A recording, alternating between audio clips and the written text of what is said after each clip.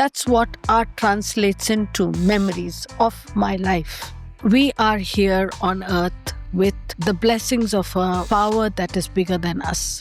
Ishara is built on the foundation of wonderful South Asian artists. If you were to explain ambitions of Ishara, what are the ambitions? To put South Asian art on the world map. Seher Shah is a Pakistani artist, fantastic printmaker. Shilpa Gupta. When the moment I had a little bit of money, the first work I acquired was Altered Inheritances, the Kochi Biennale, the Dhaka Art Summit, India Art Fair, now Mumbai Art Fair.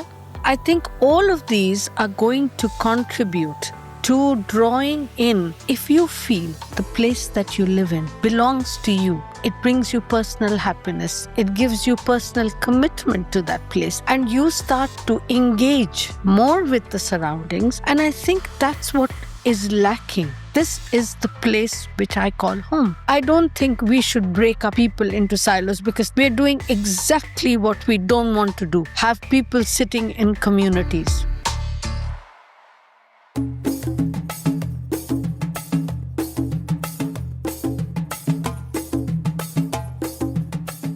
Welcome to the Afikra podcast. My name is Mikey Mhenna. Today on this series, we're talking about art. We're talking about South Asian art in particular, and the Ishara Foundation. With me is the founder and chairperson of the Ishara Foundation, Smita Prabhakar, who is an entrepreneur and a collector of art, a lover of art, and somebody whose work I have been following through the Ishara Foundation for quite some time. So it is an honor to have you on the series. Smita, welcome. Thank you, Michael. And the honor is mine, actually, because I was, when you requested for a podcast, I was looking up the website, and I'm in really very, very good company. And I thank you for that. And it'll mean a lot to the foundation, our interview. So thank you. No, thank you. So actually, this is a really good place to start, because I'll pull back the curtain a little bit and give the audience some context. So I had the privilege of coming to your home in Dubai and seeing some of the beautiful art that is on the walls, hanging from the ceiling, on the floor, outside, is everywhere. It's really an amazing collection. But really the thing that I found most noteworthy was your generosity, your humility, and your humor. And I wanted to ask you, just as a humanist. Yes. How do you get this humility? What is the trick? Well, the trick I can't tell you on the podcast. Yeah. Say that to me every morning, but I don't think, I think it is very, very important for all of us to remember that our feet are planted on the ground every day. We are here on earth with the blessings of a power that is bigger than us. And I have complete and utter faith in God, however God translates for individuals. And I think that's what keeps me completely grounded. That's one. And secondly, running a business actually makes you understand the value of people at every level. I was watching, to put it in context, I was watching a cookery program the other day, which is very popular in the States, called Top Chef. I love Top Chef. Me too. So one of the chefs who was contesting said, and he echoed my feelings. He said, "I'm nothing but for the people who work for me." And that is the absolute truth. What I try and do is not forget every day that Ishara is built on the foundation of wonderful South Asian artists.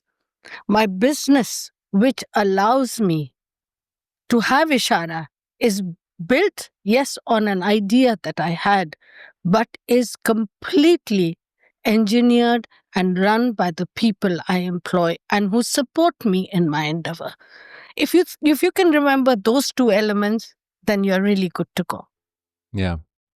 Very wise words. So let's go back to that idea. I'm curious to give people a little context on your story. If we were to go back to 21-year-old Smita. Yes. What did she think she was going to do with her life? 21 years is when I came to Dubai 45 years ago. And 21 years ago, I had no idea about what I was going to do. I just wanted to get a job, make a living. But I knew that I loved beautiful things because that's something I've inherited from my grandmother and my mother. Where were you coming from? I was coming from India. I graduated from Delhi in psychology honors. My father was a senior government official in the Indian Railways, and we traveled all over India. I know India like the back of my hand. And my grandfather was a civil servant. He was in the Indian police. In fact, was the first Indian police officer after we were given our independence. So, we come from a family of working people and people who have given back to our communities. Because when you serve in the civil service, when you're in the police or you're in the railways, you're giving back to the community because that's how India as a subcontinent works. So that was there. I just didn't have the resources. But once I started my business and the business started to do well, then I decided this was about 5 or 6 years ago. I decided that I've lived in Dubai a long time. And if I lived in India, in whichever city I lived, I would give back to the community. And this is my home. The UAE is my home, and I consider it my home. And that is my first step. When you start considering a place, the land on which you live, your home, then it's not relevant whether you're an expat, whether you're a national, whether you're a diasporic Indian. It's about feeling for the country and the space that you live in. Yeah. So that if you can just like time travel a little with Yes. me, or allow me to time travel with you, I should say. Yes. What is the India that you left and what is the Dubai that you entered? What did it look and feel like? Completely and different. How did it overlay with your dreams and your aspirations? There was no connect. There was absolutely no connect. When I came in 1980, there was no direct dialing to India. To get a call to my parents used to take 1 week. If I was lucky.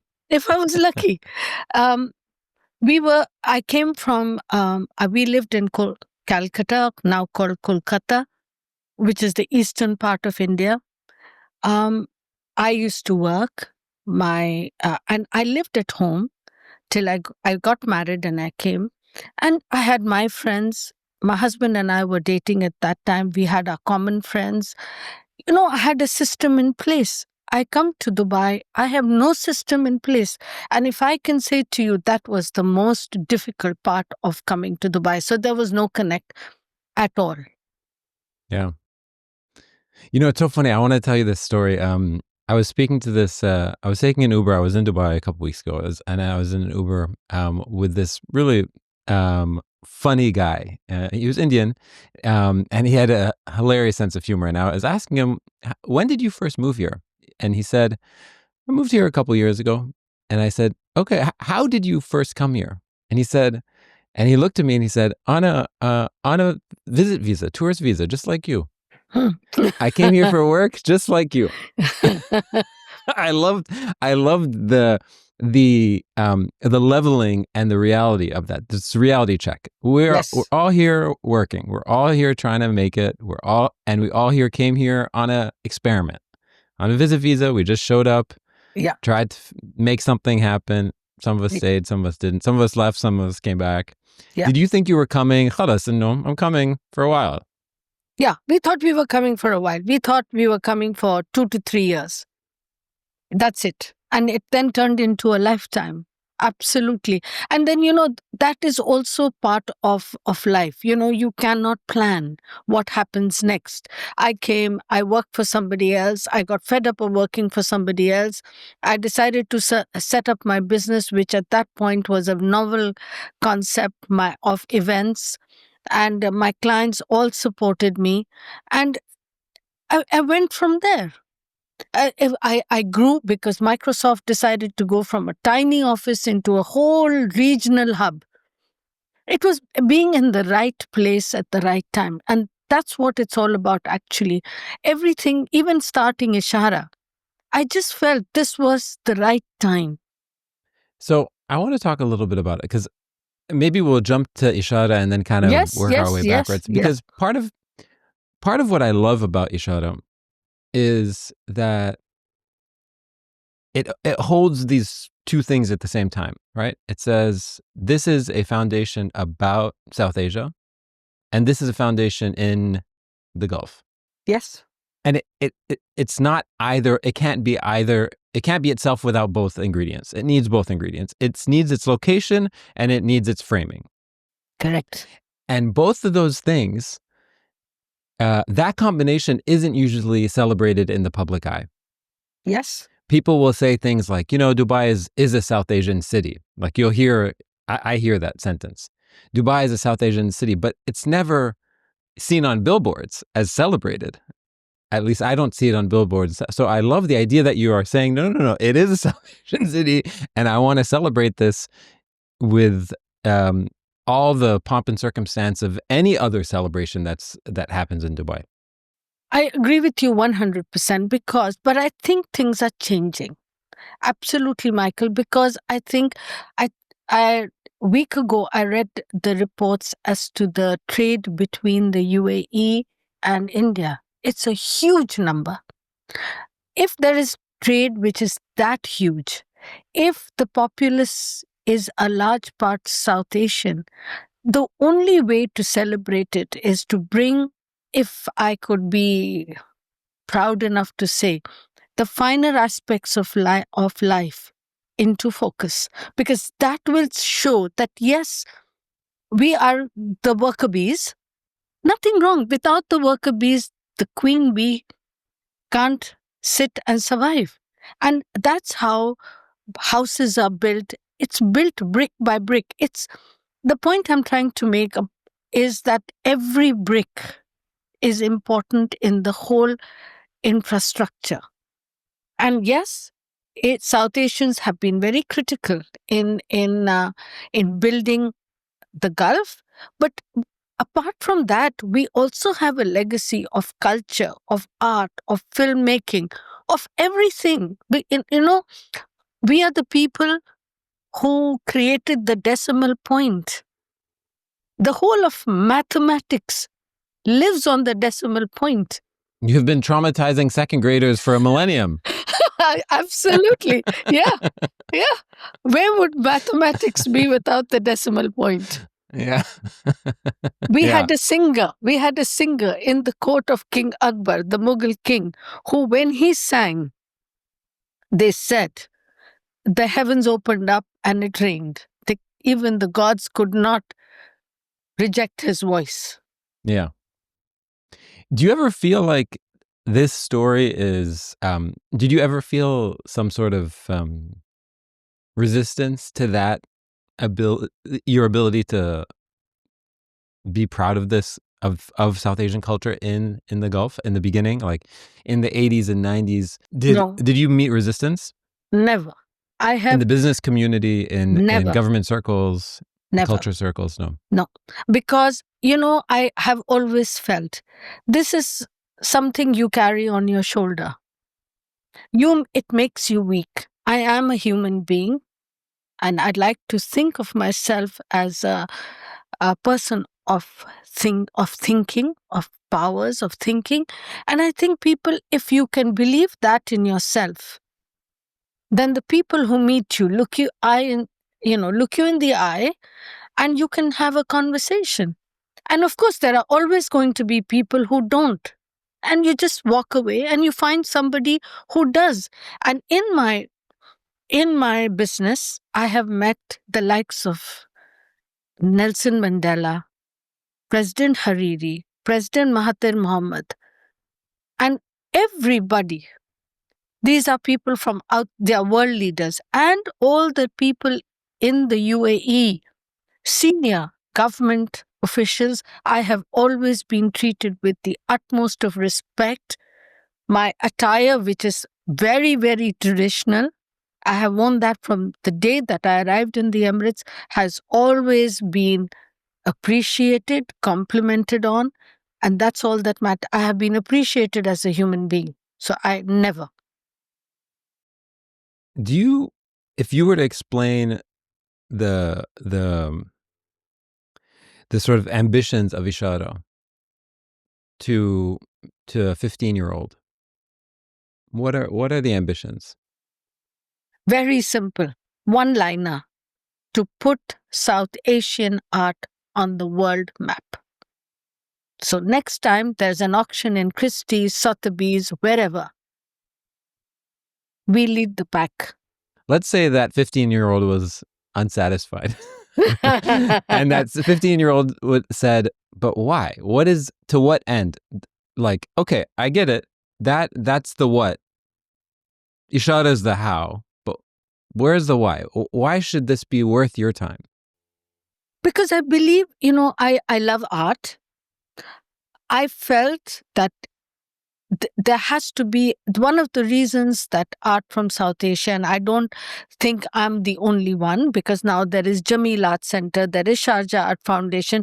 Everybody understands the importance of South Asian art. And that's why all of us are collectively working together to make sure that we have a platform where artistic practices are conceptual, clever, well done, irrespective of where the person comes from.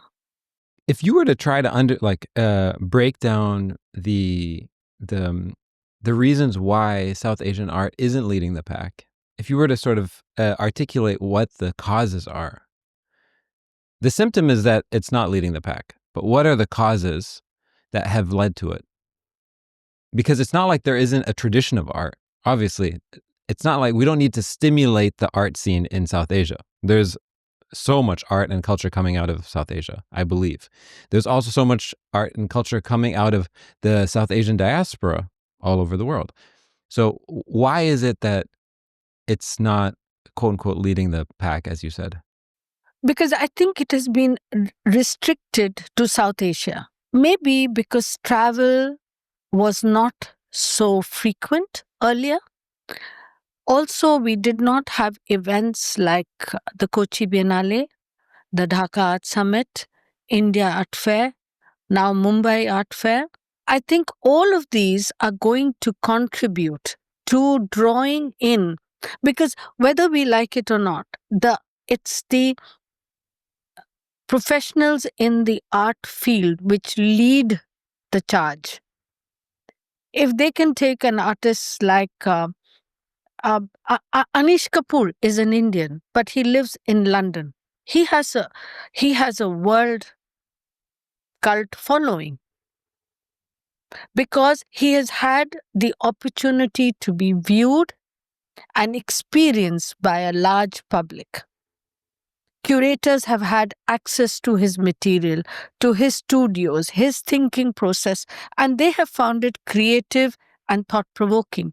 Now that curators are traveling, like the group that you came with to the house, and they went to Ishara, I feel a lot of them came up to me and said, who's this artist? Where is this artist from?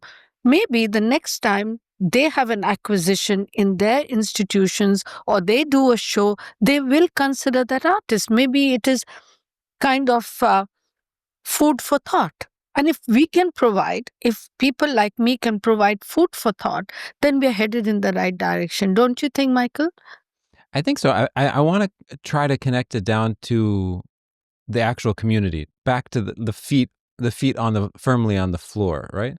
So how does them being acquired by these global curators and institutions, how does that actually affect the communities in Dubai and in South Asia that are actually producing the art?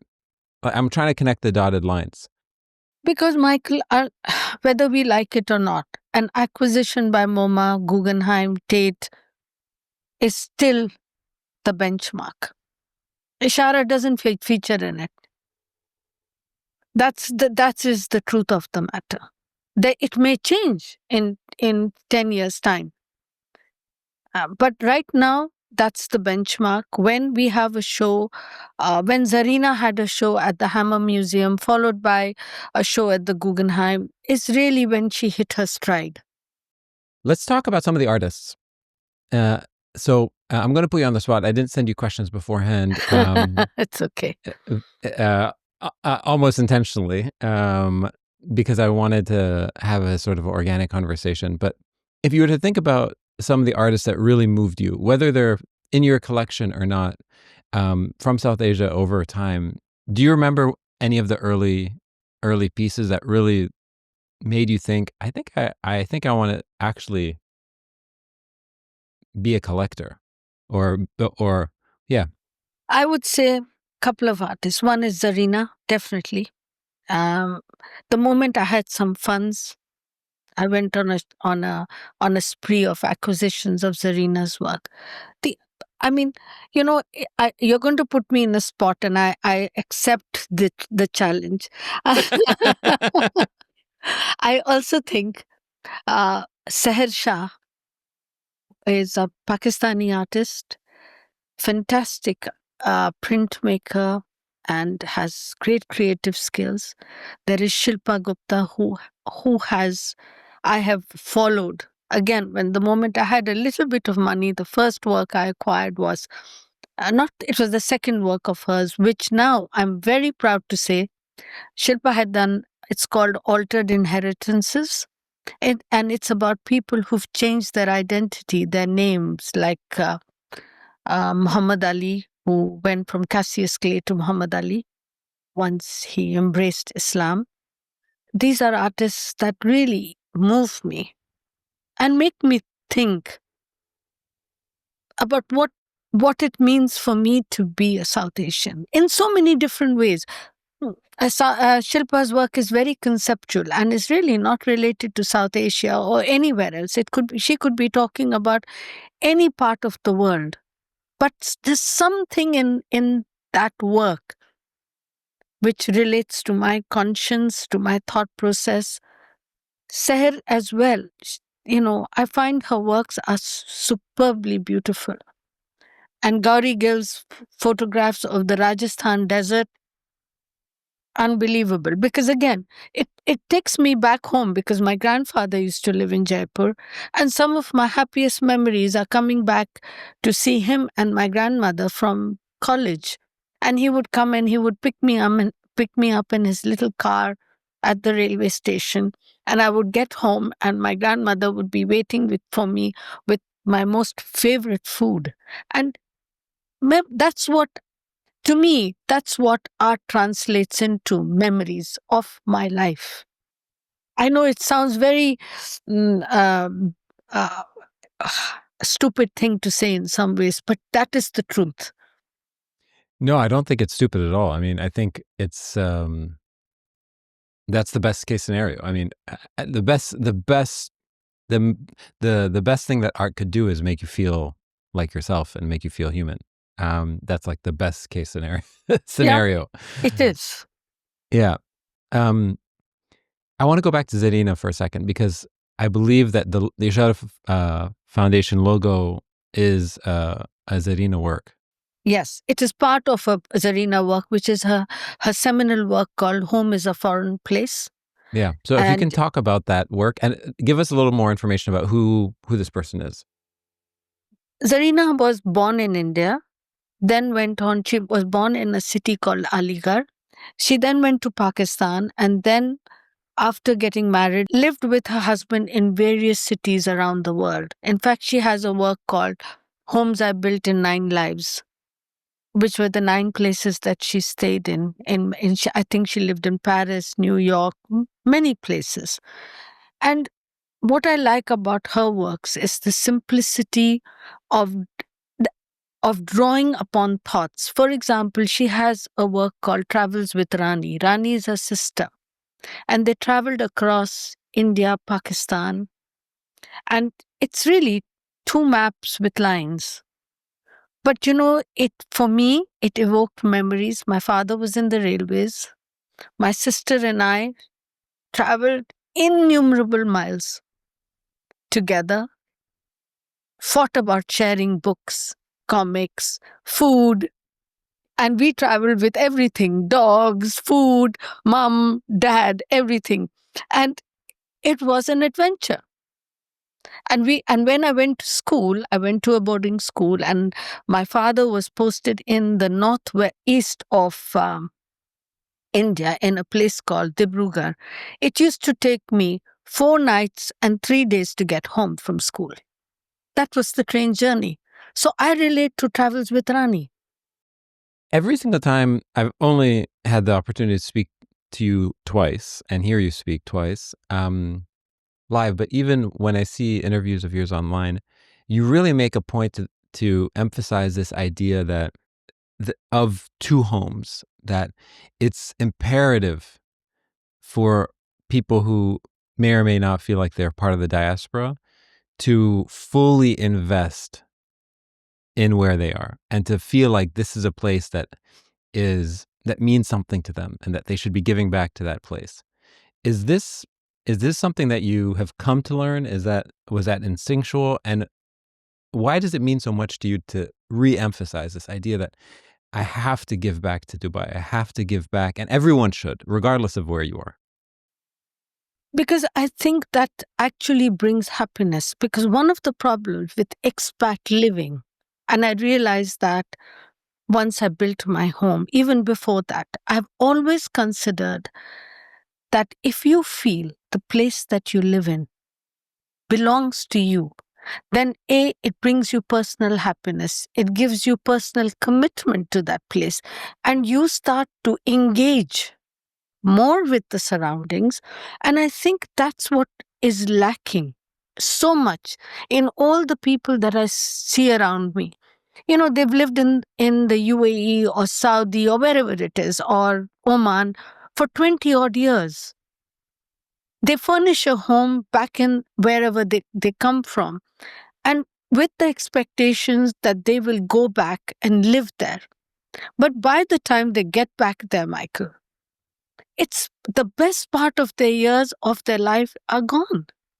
The best part of my life have been spent in the UAE.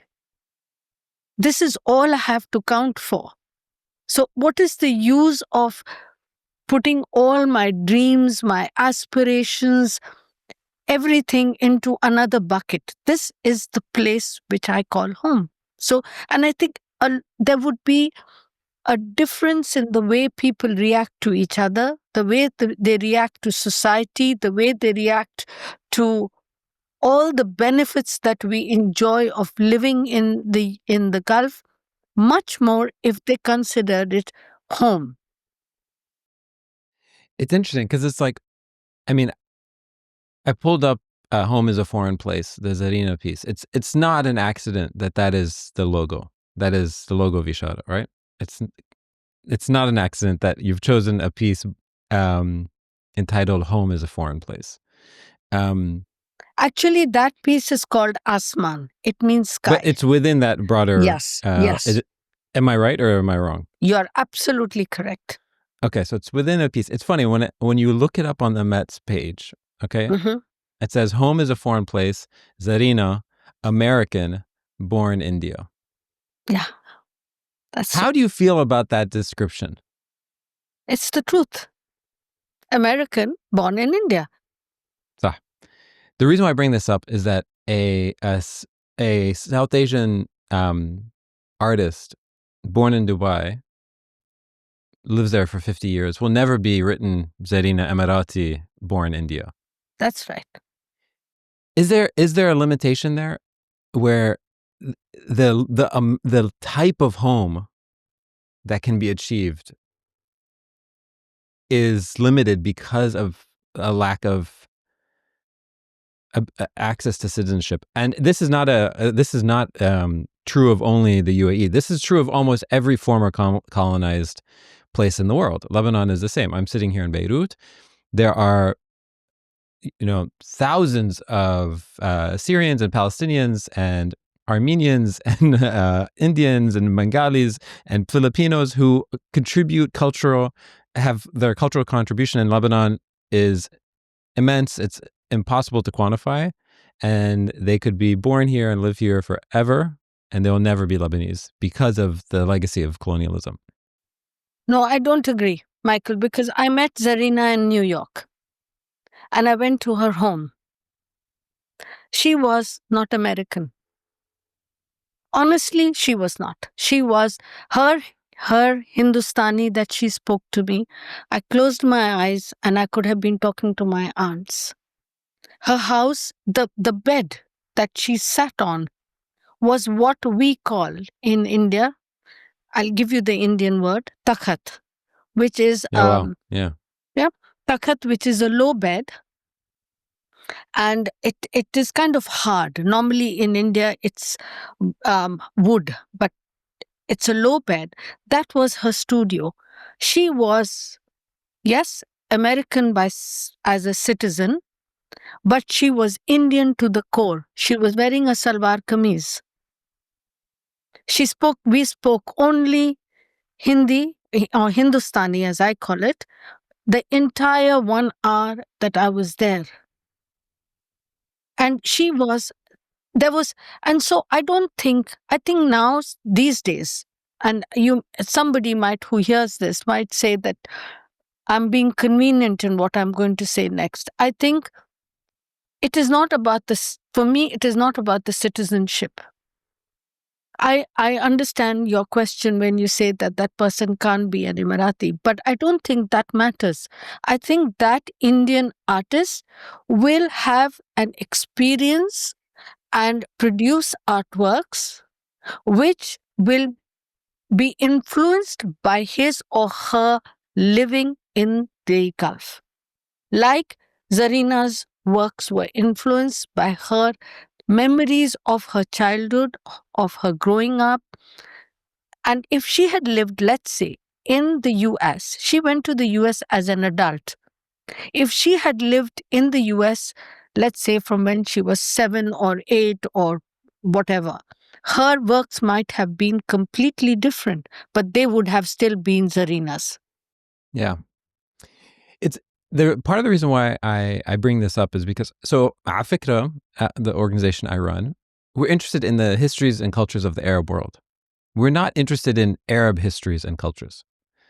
Okay. And it's a meaningful difference. And the reason why is that because we're trying to acknowledge that the actual places that we think of as being part of the Arab world is obviously dynamic and porous and moves and changes. But the people who've contributed to this place are from all over the place. That's right. And so we're this idea of like almost sort of like Arab supremacy. We are very much uninterested in it. We don't find it a interesting conversation at all. Okay. And it rhymes a lot with that type of approach in the U.S. in the past and in Europe. And so, like, I don't want to repeat the same mistakes. And so, when I celebrate artists from this part of the world, I don't care what passport their grandparents had. That's right. I'm very uninterested in it, and I don't think we should care as society. So, when Lebanon, for example, sends artists to Venice Biennale, I would be so happy if those artists were South Asian. I would be, but there is a reluctance to do it internally, at least in the Arab world. We haven't gotten there yet.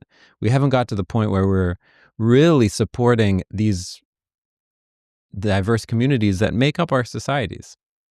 You know, everything takes time. You have to also remember, Michael, we are all living in very young societies. When I say young, the UAE is 50 plus. India is 5,000 plus. So how do you compare a society of 50 years or a country of 50 years with a country of 5,000 years? It's not possible.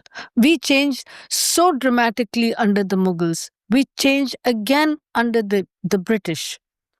You know, in so many ways, our culture got completely decimated. All the dance forms, all the, and now today, I was talking to a lady in India who runs an organization which is trying to secure art forms in the sari, because to me each sari is an art form. The weaver who does it can sometimes, a really complex one can take 2 years to do. And things that I used to buy as a 21-year-old that you asked me about have gone out of complete extinction in my lifetime. So the point I'm trying to make to you is that we as societies are unfolding, evolving. And then there are people like you who are young, who are acknowledging that, that our world is built up of diasporic people from all over the world. Once that gets acknowledged, then it will be a different ball game. We are in the process of learning, acknowledging, moving forward. I don't see this as a hurdle. I see it as an evolution of us. I have evolved since I came. Can I ask about the broader space? Who are some of the other organizations that are doing similar work to Ishara that you look to and you're inspired by, whether they're focused on South Asia or not, that you say, oh my God, they're totally doing this correctly. They're doing it right. They're a benchmark. They're a signpost for us. I would say Sharjah Art Foundation. Fantastic. I mean, I'm absolutely blown every time I see their shows. How they've taken old landmarks in Sharjah. When I first came to Dubai, we used to have a roundabout called the Flying Saucer. Mm-hmm. Have you seen that? Yeah, of course. Yeah, the Flying Saucer. Now that's a venue where artists. It used to be a grocery store. It used to be a supermarket. How they've converted that supermarket into an art space. They have done such a phenomenal turnaround of locations in Sharjah and made it truly the artistic hub. Yeah. Do you when you were thinking about Ishara, do you feel like it is based in Dubai, or is it based in the UAE, or is it based in the Gulf? I think it's based in the UAE, and we are then part of GCC, which is the Gulf. But I'm based in the UAE. I'm based in a country.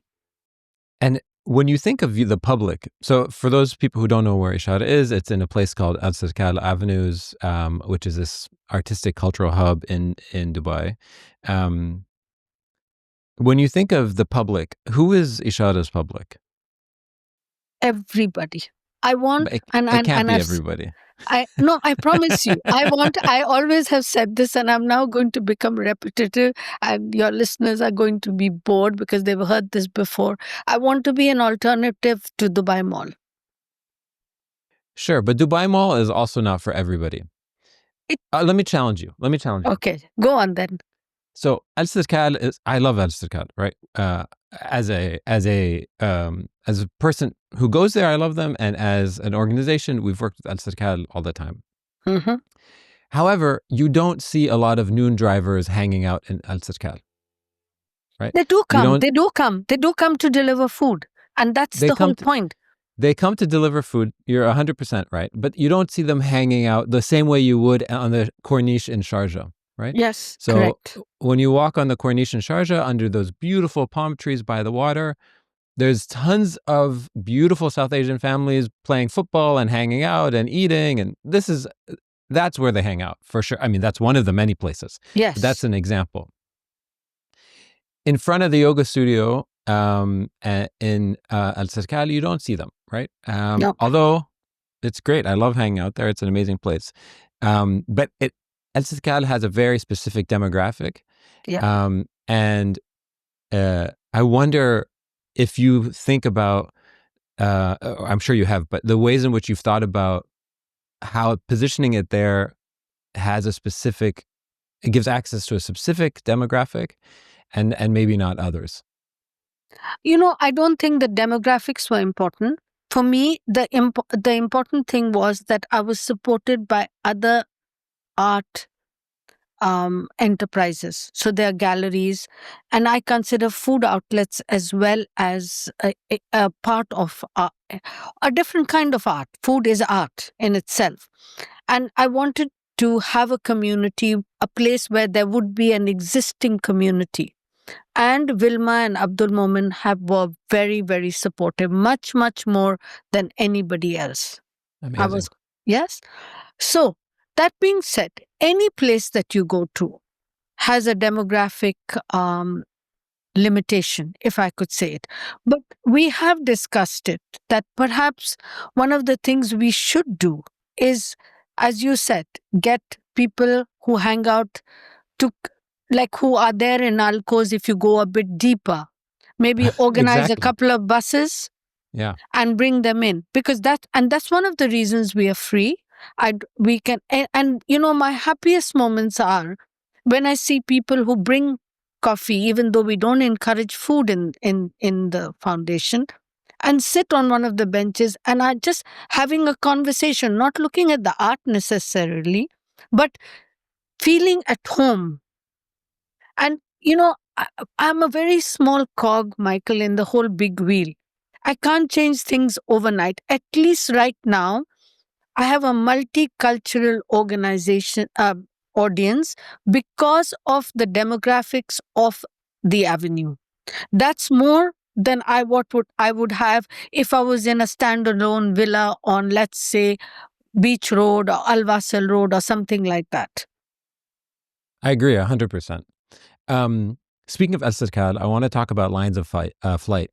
So during Estadkal Art Week, just this past month, one of the main features, if not the main feature, was Shilpa Gupta's lines of flight. Can you talk a little bit about the themes that were explored and how that came about? Well, you know, Shilpa has supported me. She's a friend, firstly. When we did our first show, it was Shilpa and Zarina in conversation. Zarina was alive at that time, but because of ill health, couldn't travel. She agreed on a phone call. I called her up from London and I said, Shilpa, would you do our inaugural show? A very gutsy move on her part to support a foundation which had nothing, no lineage at all. And I will forever be grateful. You know, I'm not very good at curatorial theses or giving you a curatorial That's what I like most resume. about you. Yeah, resume, as you very well know. All I'll say is that I've always wanted from that day, because it was a 2-people show, for Shilpa to have a solo at the foundation. And again, Shilpa agreed, even though she has such momentous shows going on. There's a show which opened in Italy just on the 3rd of May at her gallery, Continua. And she had a show in Delhi at the India Art Fair Week at Bikaner House. You know, she is now a conceptual icon for me. And every work that she does is, as I said to you before, I don't know if you went up and saw the show.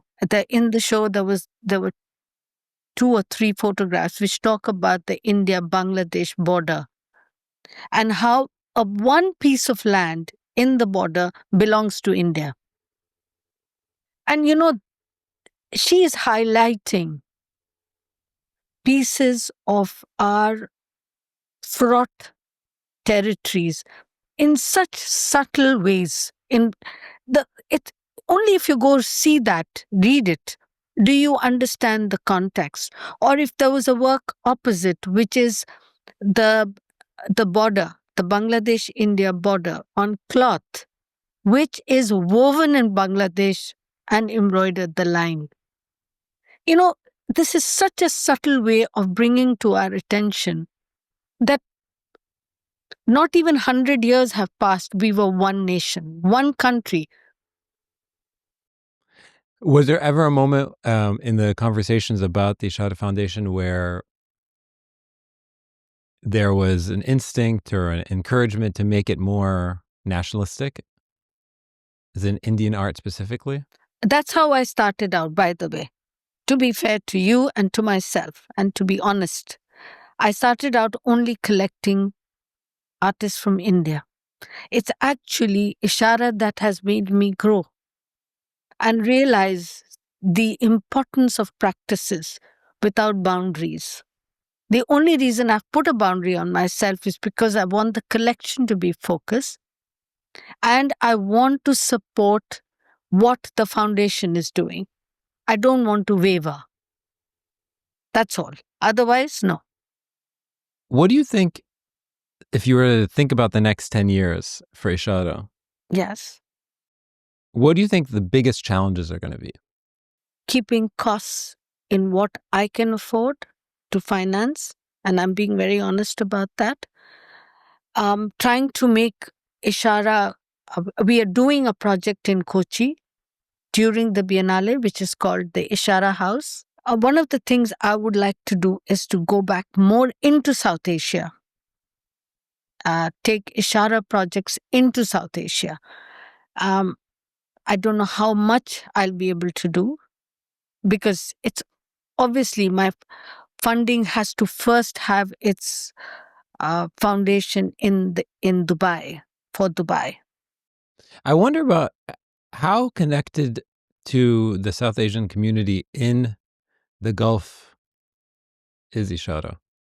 Like how it, even like asking this question, like, do you feel like there are other organizations like Ishara, maybe not art organizations, but other cultural organizations like Ishara that are really focused on South Asia, that are in the Gulf, that it has created this network of showcasing, highlighting, being proud of South Asian culture Yeah, locally?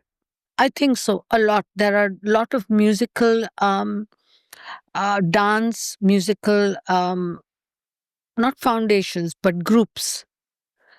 Also, I think, we are only 5, 6 years. Even Jamil is only, I think, 7 or 8 years old. We're still too. Everybody is just. We are all kind of struggling to find our feet. See what do we want to do, and everybody's like now. One of the things that we do is we go to schools, not irrespective of whether they're South Asian or not, but because so many of the schools have children of all different nationalities. And I remember we had a group from DPS, which is a Indian-based school, and parents wrote back to the principal to say how moved their child was when they came. They sat, it was Jitish's show, and they sat on the floor, drew. And if we continue to do things like that, I think we can draw communities in. It's slow, but it's okay. Even, every year the number of people who are coming into Ishara is growing. That just means that we are reaching people, we are touching people, and we can only do it how much we can. Yeah, it's amazing because I feel like one of the things about Dubai is that because there's so many subcultures, there is, South Asians, there's Levantine, there's North African, there's African, East African, West African. There's every part of the world has a subculture. And interestingly enough, every subculture thinks that they are 100% of Dubai, right? Yeah. But it's funny because like I don't feel like there is a public breaking of those silos where it's like, this week we're going to highlight exclusively art from East Africa, right? Kind of across the city in a very, very public way, and sort of break down a few of those silos. Do you know what I mean? Yeah, I know what you mean, but I don't agree with that. I Great. think Tell me why you don't. I'll tell you why I don't agree. Because the moment you start doing that, you start putting it into a vertical of saying, oh, these are East Africans. Oh, these are West Africans. These are Indians. No, I just want it to be simple. I just want it to be art. the artist happens to be from South Asia, I want people to come and look at art and say, wonderful art, it related to me, I relate to it, have a party in my place and go away, and maybe go back. The child goes back and says, Mom and Dad, or they tell each other, that was a good show. Maybe next time we have a weekend, let's go see it again. I don't think we should break up people into silos, because then we are putting them back. We are doing exactly what we don't want to do. Have people sitting in communities. If there's one thing Dubai has taught me or UAE has taught me, is about different communities. I love it. Okay, I want to ask you one last question to put you on the spot. If you were to give that 15-year-old some homework, yes, and tell him or her a bunch of names for artists to look up, who would you tell them to look up? No, this is not good. No, this I will get into trouble on this one. Let me change the question then. Yeah, that'll get me into trouble. Okay, fair enough.